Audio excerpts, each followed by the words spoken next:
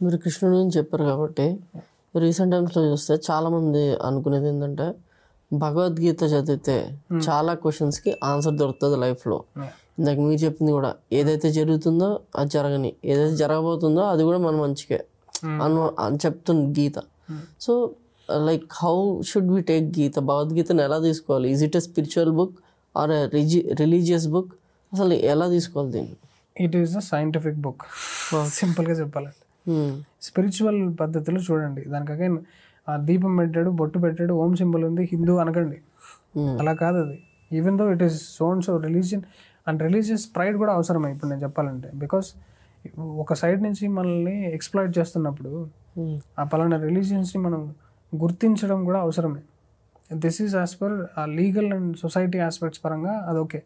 నువ్వు స్పిరిచువాలిటీ గురించి మాట్లాడినప్పుడు నీకు అసలు రిలీజియన్తో పని లేదు, లేబుల్స్ అన్నీ కట్ చేసేయాలి.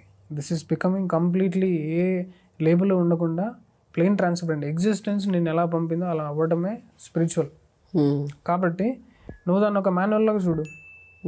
ఓకే, ఏం చెప్పాడు అందులో కూడా I'm not the body, I'm not the mind అనే కదా ఉంటుంది. And actually that is the fact. అది మనం తెలియకుండా ఐడెంటిఫై అయిపోయి మిజరీలో ఇరుక్కుపోయినాం.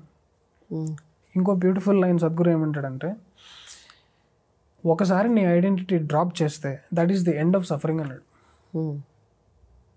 నీ బాడీ అండ్ మైండ్కి డిస్టెన్స్ క్రియేట్ అయిందంటే, నువ్వు నీ బాడీ అండ్ మైండ్ని సపరేట్గా చూడగలిగితే that's the end of suffering. End of suffering అక్కడ వస్తుంది యాక్చువల్గా.